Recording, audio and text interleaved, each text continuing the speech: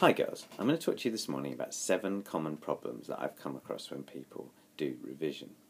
Now, what I'm going to do is it's going to take the form of a quiz. I'm going to ask you, put a situation to you, and then see if you can come up with a possible solution. So I'm going to ask your teacher to pause the question for you to discuss a possible answer before we move on. Question 1. Common problem with sitting and revising is the temptation of this little fella. That's right, your mobile phone. Of course, because you can check for messages, or you can check for example, anything on websites and so on. In fact, because there's so many things you can do with one of these fantastic little things, it's very tempting to, every few minutes, interrupt what you're doing and have a look at one of these things. So, question 1. Given that this is a temptation for very many people, can you think of A, what the problem with this being a temptation is, and B, what you could do about it? Have a think about it and press pause now. Okay, hopefully you've come up with some ideas. One very simple one is to be disciplined by actually taking this out of the situation. The reason that I check my email quite often on my mobile phone is that it's very available. I leave it on my desk. If I put it in another room, then I wouldn't be tempted. And I used to have a problem, I'll be honest with you, that sometimes when I was sitting in traffic doing nothing, I'd sort of have a quick look at my mobile phone while I wasn't moving and just sort of see if anyone had sent me a message or a text or something.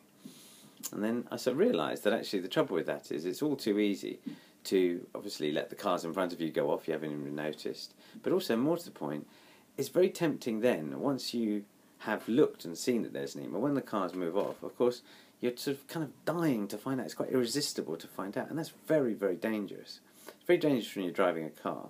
Now, the answer to A is, of course, exactly that you lose your concentration on what you should be doing. So if you are distracted by your email, especially if it's an interesting email, then you've got the problem that you aren't focusing on your revision. Now, in the case of the car, what I do to stop myself being even tempted to check my mobile phone is I keep my mobile phone in the boot.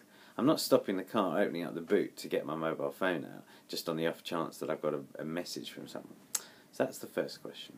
Okay, my second question is, there are some brilliant internet websites which you can use for revision with information on, tests and so on. But, again, there is the fact that there's also lots of other stuff on the internet. So whilst you might have your sort of GCSE maths revision site up on the screen, it's also very easy to have Facebook minimised down the bottom. First, my question 2, what is the problem with that? And part B of that, what could you do about it? Please pause now and have a think about it. Okay, well again, it's the same as the mobile phone issue. If you keep checking your email or checking what's in Facebook, it's the same sort of thing. You are basically disrupting your flow, you are disrupting your concentration. And also, of course, supposing someone does send you some interesting Facebook message, then of course that is going to take away all of your kind of processing that you were previously giving to whatever is your revision, because suddenly it's completely distracted you. So the very simple thing is to be disciplined about it. Don't have Facebook open, don't have any other websites open. Of course you need to be online in order to access revision sites, but just don't have any. But give yourself the opportunity of once an hour checking your email. Believe me, there's nothing that someone is going to be sending you on Facebook that can't wait an hour. Really. I know you're sitting there, Ali in particular, you'll probably be thinking, yes there is, but there isn't actually. Okay? So, to be disciplined, give yourself the opportunity of checking once an hour, or once every 40 minutes if you're really desperate.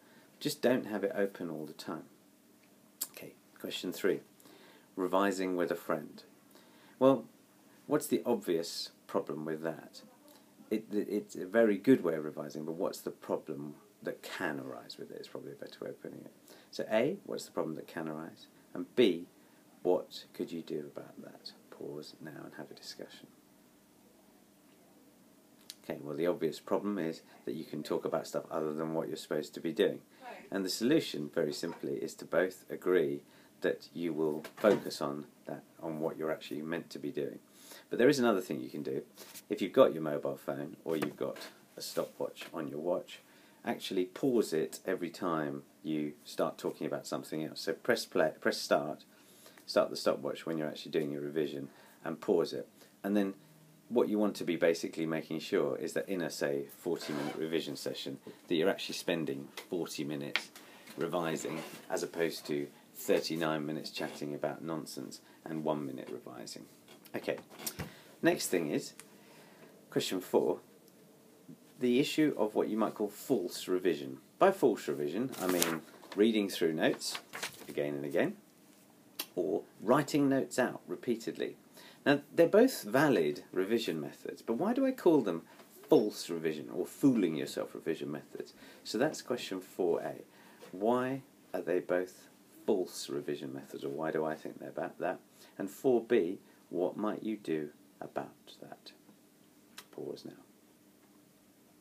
Okay, hopefully the answer you've put down is that, or you've discussed, is that you're not really processing, you're not really engaging. If I'm just taking something and copying it out, it's a bit like sort of, I can see the Mona Lisa and let's imagine I could do a sketch of it. It don't make me Leonardo da Vinci and it doesn't give me any great insight into art. The thing you need to be doing is actually processing it. So, for example, if I took the Mona Lisa, looked at it, and then covered it up, and then started to try to copy it out, then I would be actually processing with it. So the answer is, the problem with just reading is that it's the most shallow, or amongst the most shallow forms of processing, and the problem with just copying out is it doesn't really engage the brain. You can sort of do it without really paying attention to it. So the way to do it is to use a revision method which actually does involve doing some processing, like testing, like doing past paper questions or mind maps, all of those sort of things. Question 5. Drinking caffeine drinks like Red Bull and putting all your revision for an evening and leaving yourself a lot to do in one evening. What's the problem with that, and what's the solution? Pause. Okay, well that's so obvious I'm not going to bother wasting my time. Basically, the problem with drinking lots of caffeine is actually you change also your sort of psychological state a bit, so you're not totally focused. It's a bit like when people, get drunk. It's not the best time to do revision because your situation is altered. Now, the last question I have is very simply, are you going to actually pay attention to any of these things? Because if you're not, I've wasted the last 7 minutes 45 seconds. But hopefully some of you will get something out of this. And remember, keep your phones hidden away somewhere so that you can't keep checking them. And then set yourself a personal limit of, say, checking them once every, once an hour, or once every half an hour if you really have to, once every 40 minutes. Same thing with websites. Keep all ones that aren't to do with your revision closed and check them every now and then. If you're going to revise with a friend, one technique, use a stopwatch and press start when you start your testing each other or whatever it is when you're revising together, and press stop if you need to chat about something, and use this as a way of seeing just how much you're actually doing. And it can feel really great if you do manage to get a lot done. I mentioned about revising by just looking at something or copying something out from a book onto paper. The reason it's very poor revision is you're not engaging with it. So the thing to do is use a technique which does engage you with it. And the last question was about drinking caffeine drinks like Red Bull and also setting yourself too much revision to do in one evening. The obvious answer is caffeine drinks basically are not very good for you. They raise your heart rate, etc., to change your state, so it's not a very effective way of revising. And the second issue about planning to do too much in one evening is you might get through it all, but you're going to be doing it very quickly and probably not processing it very deeply. Hope you found this useful.